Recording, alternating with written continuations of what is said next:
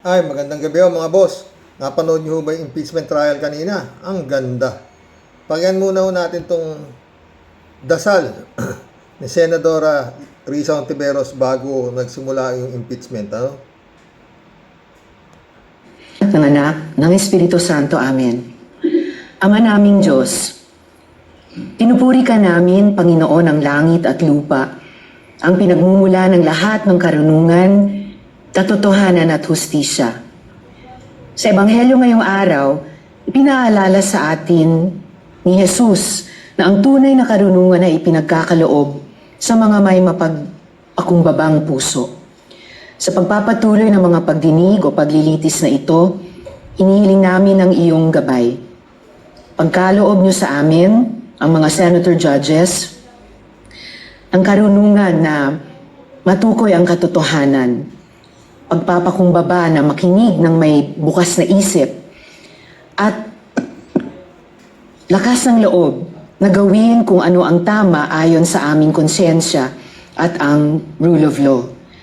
Palayain niyo kami sa pagmamayabang, prejudice, at lahat ng klaseng impluensya na maaaring pagpalabo sa aming paghuhusga. Naway manaig ang katotohanan, katarungan, at ang kabutihang panlahat sa bawat desisyong aming gagawin. Naway ang inyong espiritu ay gumabay sa amin na maglingkod ng may integridad, katapatan, at pagmamalasakit. Laging sinasaisip na ang pinakamataas naming responsibilidad ay sa sambayan ng Pilipino at sa katotohanan. Inihiling namin ang lahat ng ito sa pamamagitan ni Jesucristo. Amen. Sa ngalan ng Ama at ng Anak, ng Espiritu Santo. Amen. Alam niyo mga boss, pag yung dasal na yun, ang sinundan nitong mga kagalang-galang na senador, tapos na ho ang si Sara Duterte. Pag yun sa dasal ni Senadora Risa Hontiveros, ang sinunod ng mga kagalang-galang na senador judges, tapos na ho. Ang ganda ho nung napakagaling nung mga pre. Shell joke, no? Usap, bumilib ako ron, sa totoo lang. Hindi siya napaikot ni Powa. Nitong magkapatid na Hontiveros, wala. May pabasa-basa pa sila eh. Yung mga binabasa nila eh, versikulo, kapitulo. Wala. Tinitignan ko yung shell joke, no? Wala akong binabasa. Oo, wala akong binabasa. Tanong ni Risa Hontiveros, ni Pia Cayetano, tanungin niya, sagot. Itong si Alan Cayetano, tanungin niya, sagot. Wala akong binabasa. Yung shell joke, no, talagang apakagaling. At kalmang-kalma lang. Oo. At yun nga, ang naging desisyon ni Chis Escudero, isusupwe na ho lahat yung mga bank accounts nitong si Sara Duterte, pati ho yung kay Mans Carpio. Kaya maganda ho yung nangyari. Ngayon, dito sa impeachment na to. No? Sa ang problema na lang, yun nga, kung merong mga senador na walang konsensya at hindi titingin, hindi didinggin ang dasal, ng napakagandang dasal ni Risa Hontiveros, wala ho tayong magagawa doon. Oo. Pero yun nga, mukhang hindi ho, pinagtatluhan si tatlo ba? O tama, tatlo. Nagtanong pa naman to si Kimo, magulo lang si Kimo, oo. Walang saysay na naman yung tanong niya, no? Tsaka itong si Villanueva, haba-haba, wala rin namang laman. Kung ako tatanungin, wala akong laman. Yung kay magkapatid na Hontiveros yung magkapatid na Cayetano, may laman, pero hindi umubra. Maski yung mga style nitong sipo ng mga fishing expedition, kung ano pinagsasabihan, fishing, wala hindi umubra kay Sergio, no? Hindi lumusot yung mga fishing expedition, wala. Kaya nagdesisyon si Chis Escudero na tapos na ang sa 30 yata, o isusumon na yung, susupuyan na yung mga bank accounts, tapos na. Hindi ho lumusot si Ponga. Pagyan natin to si Kawatano. Wala na to. Ayan o. Ayan siya. Kahit senador ka, kahit chairman ka ng Blue Ribbon Committee. So, kung interesado ka talaga sa flood control, Senator, Panfilo ang pangalan mo pero nililito mo lang mga tao So, Senator Panglito Lacson, Hindi galit kay Lasso. Malamang tumapasok to, mga friend. Oo. Palakas loob na lang to, malamang Putya, ang dami, Lahat kasi binabangga na ito, no? Pati Malacanang, sabi niya, mga aso ng Malacanang, sila Lacson, sila Tito Soto, at kung sino-sino pa, lahat kaaway niya, no? Matibag, tingnan natin, bukas na, si MBI Director Matibag ang witness, tingnan natin kung ano mangyayari, Init na to si Kim Matibag, Pakinggan pa, tuloy pa natin to si Kawatano, di ba nasa TV madalas si Mayor Joy nung pumutok to na hindi man lang nagko-coordinate sa engineering ng Quezon City? Di ba si Secretary Vince Dizon mismo, sinamahan mismo si Mayor Isko, may flood control problem dun sa Manila. O ba't hindi mo patawag isa-isa yon? Nakatingin ka sa Taguig, bakit? So, dun sa pangatlo natin topic, impeachment. Boto kasi sa impeachment laban kay... Kung mag-alala, patatawag din yan. Ikaw ang dapat talagang mauna, Marami yung mga boss. Yung 2019 SEA Games pa, puta, marami ito. At, yung, mukhang kasama pa si Digong na nakinabang doon sa SEA Games, Oo, mukhang kasama pa si Digong, Yung vlog ni Atty. Claire Castro kahapon, Dokumentado, Bilyonaryo pala ito si Balbasarado, Vice President Sara, ang talagang pinagkakaabalan mo kahit senador ka, kahit chairman ka ng Blue Ribbon Committee. So, kung interesado ka talaga sa flood control, Senator,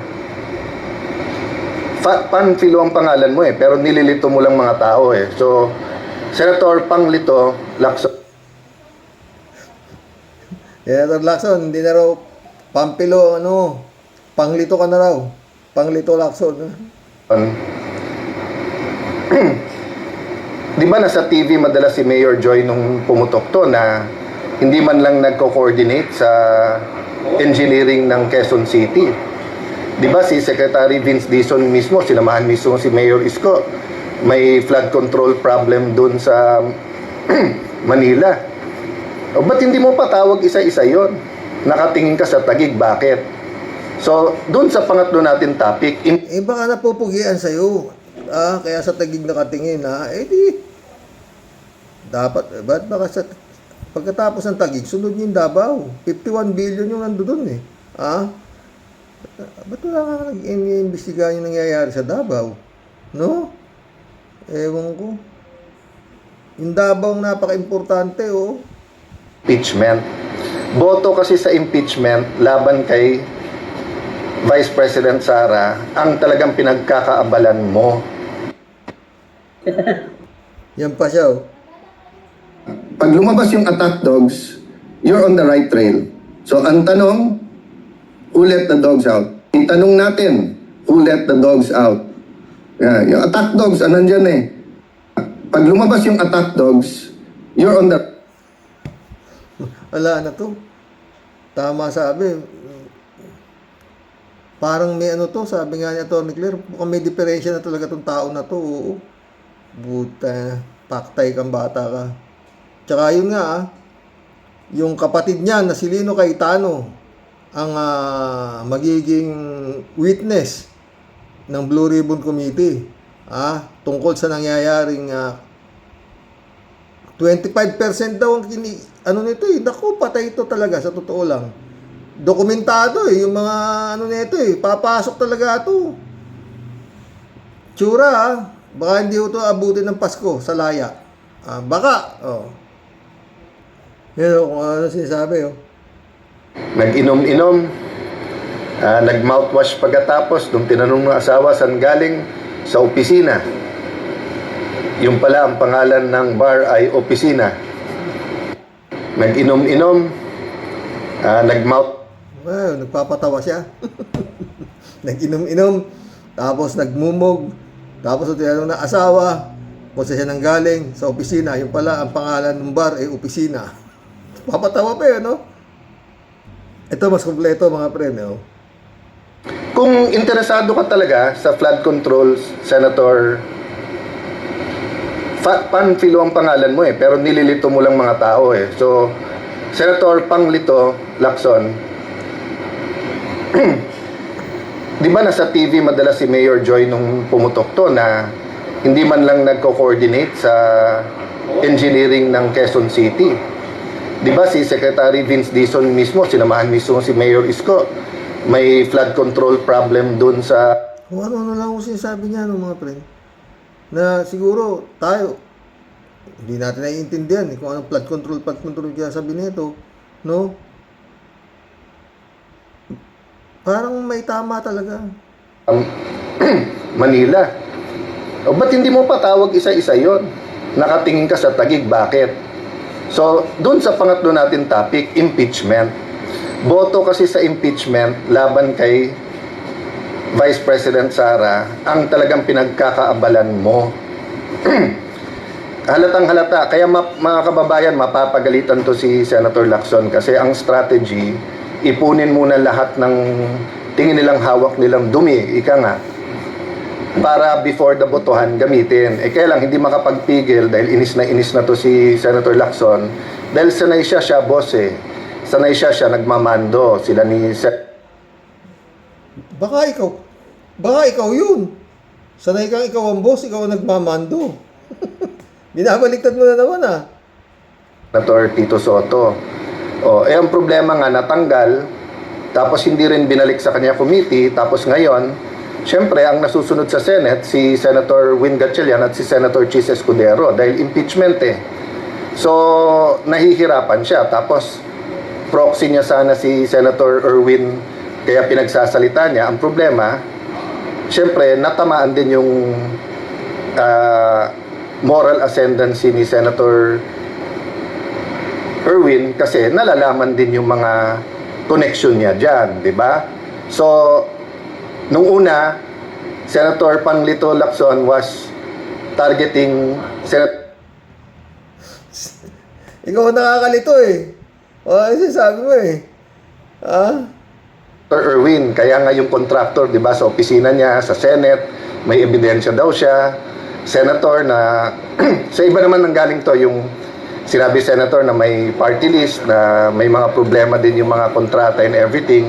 Pero nung naging bata na niya at nauutusan na niya, kampi-kampi na, di ba? Basta, maganda bukas. Yan lang ang topic natin ngayon, oo. Maganda ho ang nangyari sa Senado ngayon, oo. No, hindi ho lumusot yung POWA, hindi ho lumusot. Tsaka yung mga paikot-paikot nila kay Shell Joke, no. Hindi ho sila umubra. Wala hong binabasa yung mama. Sila, babasa si Pia Cayetano, basa. Sagutin na, tatanong siya. Si ano na, ganoon din. Gusto nila sana wag mapatuloy na masupwena yung mga bank records ni Sara Duterte. Hindi umubra kay Shell Jokno at kay Chis Escudero. Mag-vlog na collab na ho tayo, ha? Si Kimo naman. Ayoko na yung topic si Kimo. Ang pagulo.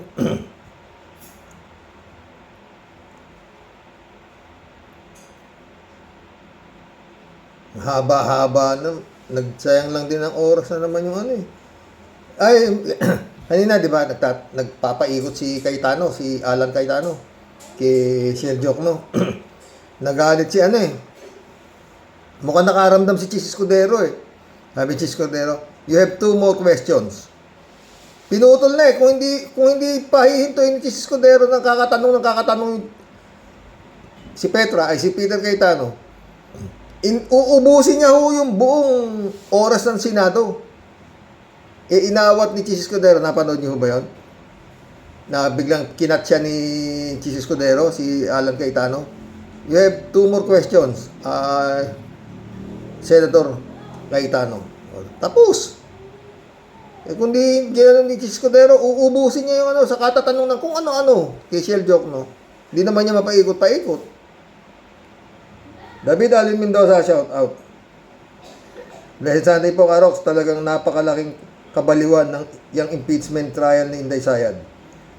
Yung akusado ayaw humarap sa nag-aakusa sa kanya. Tapos napakataas pa ng approval rating. Yun nga, nagkakaleche-leche dun eh. Talaga lang po na mapapamura ka sa galit at inis. Kaya yung lusartan ko laging nasa tabi ko. Kainom na ako. Kanina naglusartan ako eh. Nataranta ako sa mga tanong ito si Joel Islord. Oo. Sus Mariosep, ang dami. David Ali Mendoza, Karox, umanda ng Pilipinas kapag naging presidente si Sayad. Para sa kanilang, yung ama niyang inutil ang pinakamagaling na presidente sa Pilipinas. At gusto pa 30 years siyang presidente, hindi lang gaga, baliw talaga. Hay, mga kababayan ko, ayan ang gusto ninyong magpresidente, walang matinong sagot at puro patayan ang bukang bibig. O, diba? Michelle Edwin Mike, shout out my friend.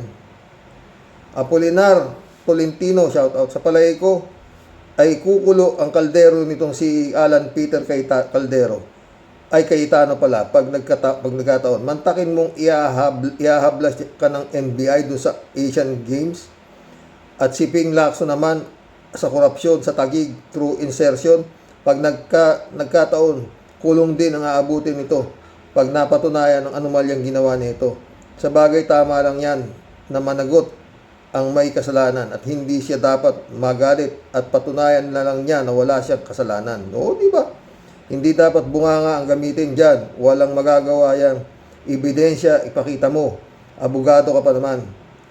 Good evening po and God bless you and your family, Karox. Good evening, Apolinar Tolentino. God bless din. God bless din. Apolinar ulit, oh. Tama sinabi ni Cayetano. Kung ano ang itinanim mo, yun ang aanihin mo. Pero sa akin, iba. Kung ano ang itinanim mo, sa kulungan ka ang dating mo. Gano'n. Librado Ludovico, shout out. Dahil Sunday morning, Karox, and all warriors. Ano ba tagal namang matapos yung trial na yan? Nauna pang pinatay si Mima Alicia. Pweh, mga PI kayong mga kampon ni Satanas. Ulo nito. Pastor Dilagon, my friend, shout out. Erlida Aquino, shout out. Kuya, talagang ginagago ni Lustay ang mga prosecutor. Pinapakita niya na she is above the law. Mismo. J. Siop, shout out. She is the law. What Inday wants, Inday gets. Pero syempre, hindi laging pasko sa kanya. Mabubuta rin yan. Malapit na, malapit na. Ramon Valencia, shout out. Bossing, tama ka. Hindi kailangan ang maraming utak para hindi maintindihan kung may kasalanan ba si Sayad o wala. Iisa lang naman talaga ang librong pinag-aralan ng lahat ng mga abogado. Kaya lang, magkakaiba sila ng utak. May utak na para sa katotohanan at may utak para sa pera-pera lang ang labanan. Totoo yan, Ramon Valencia. Saludo ko sa iyo dyan. Ramon Valencia ulit, oh. Bossing, paano siya maipapapatay ni PBBM? Sa dami ng security ni Sayad, paano pa kaya makakatsyempo na matitigok siya? Baka kahit na pagpasok niya sa CR, may kasama yan. Kulang na lang may magpunas ng ano niya. Kaya paano siya matitigok? O, di ba? Tsaka walang, hindi ganun ng ni PBBM, hindi. Ramon Valencia, bossing, itong si Boy 10K, meron pa kayang nauuto ito? Kumusta na lang sa lahat at sa mga Karoke Warriors at sa pamilya mo? Ewan ko kung may naniniwala pa. 3JC po, meron yan. Meron yung mga DDS. Ang mga DDS ay talagang pinagtampuhan ng katinuan. Ito, 3J Shop na to. Kalat ni Baya, shout out. Good evening, Kasani. God bless your family. God bless your family too, my friend, Kalat ni Baya.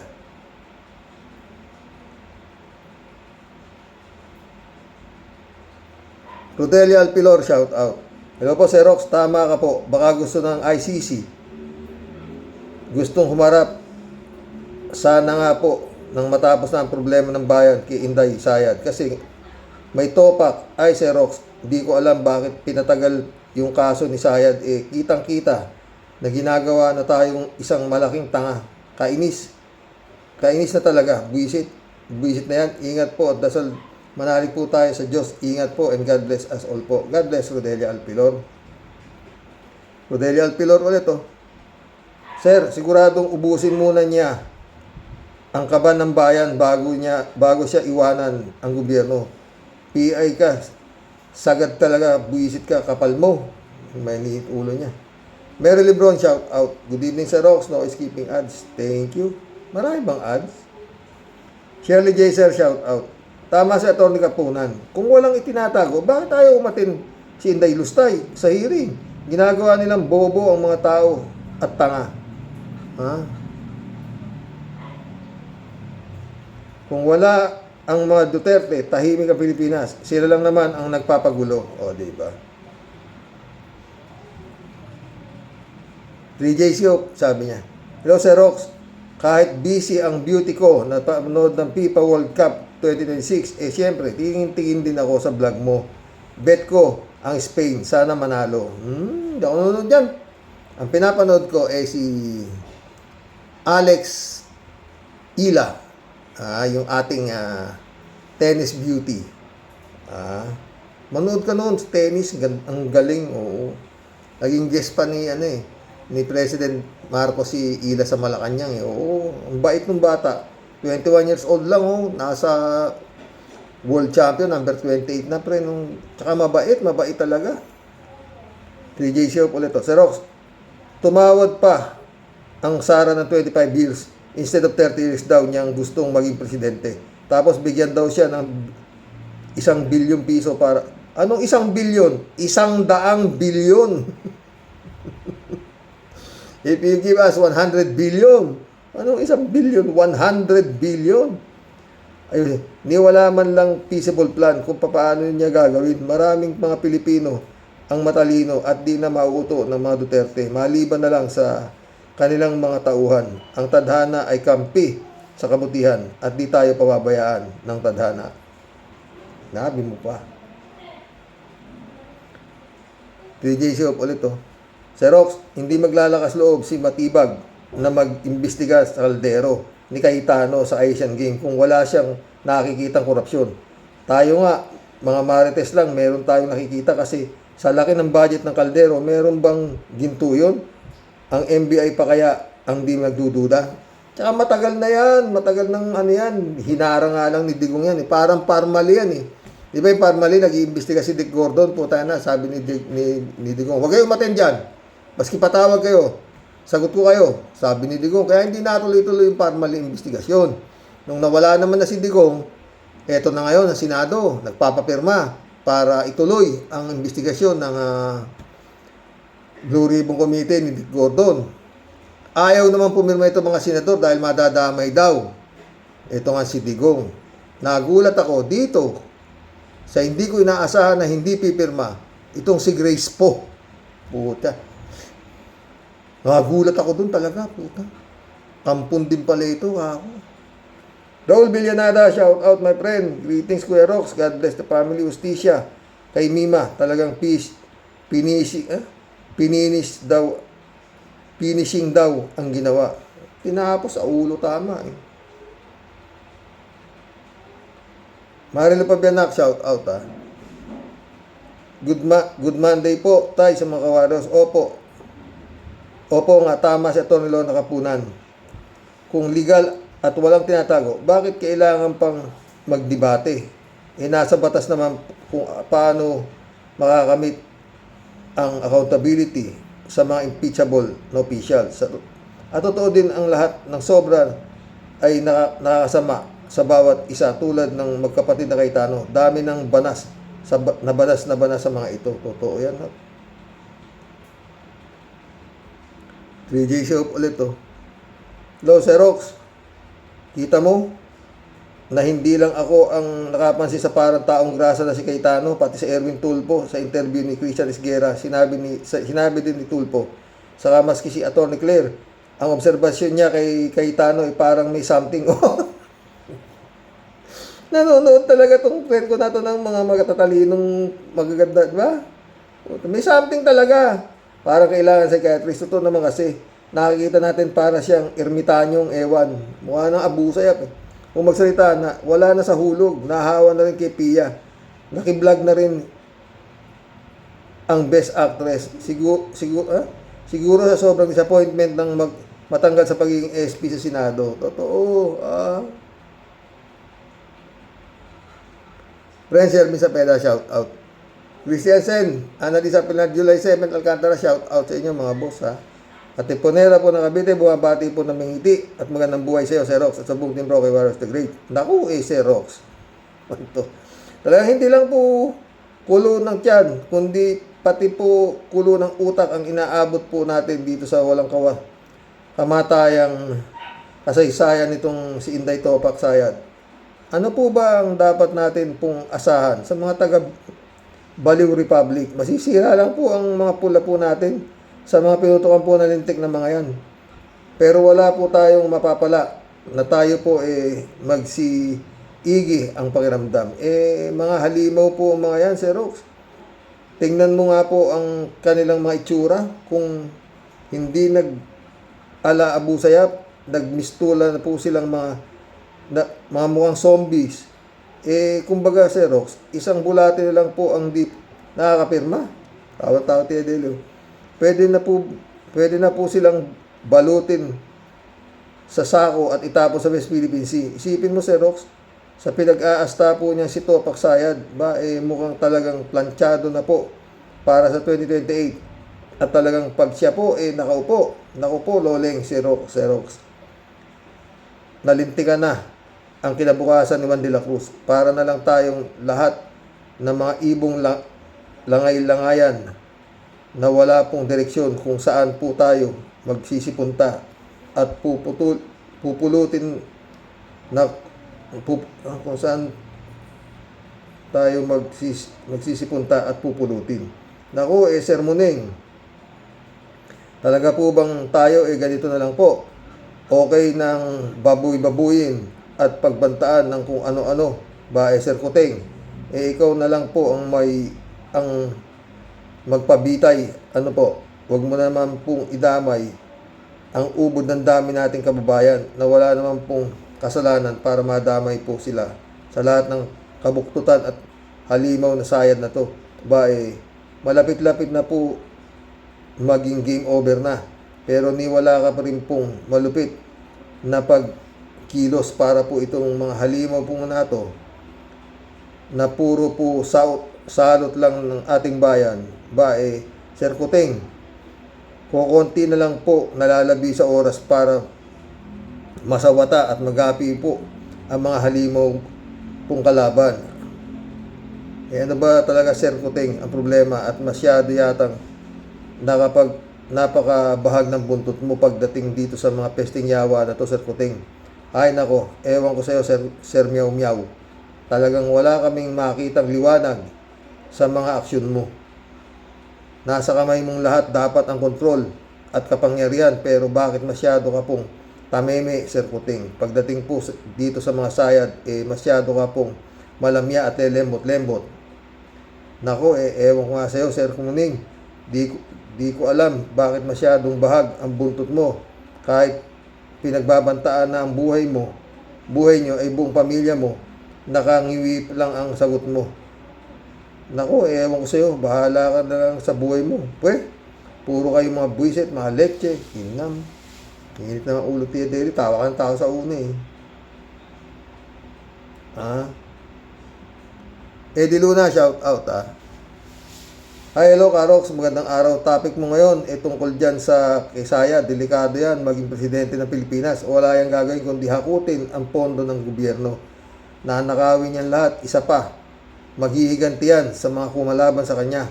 At isa pang gagawin yan, magdideklara na yan ng walang eleksyon. Hindi naman ako matalino, Karox, pero walang sasala sa mga sinabi ko na ito. Salamat, Karox. Yan din ang nasa isip ko, friend. Ha? Sa dami ng ginastos niyan, tapos nakabalik sa pwesto yan, puta, ubos. Di Luna ulit ito. Karox, yan si Cayetano, kung baga sa may sakit, nagdideliryo na yan kasi alam niya na pag di siya tinigilan ni Direktor Matibag, may kalalagyan siya. Alam niya, papalapit na sa kanya ang kulungan, baka damay pa ang kanyang kapatid.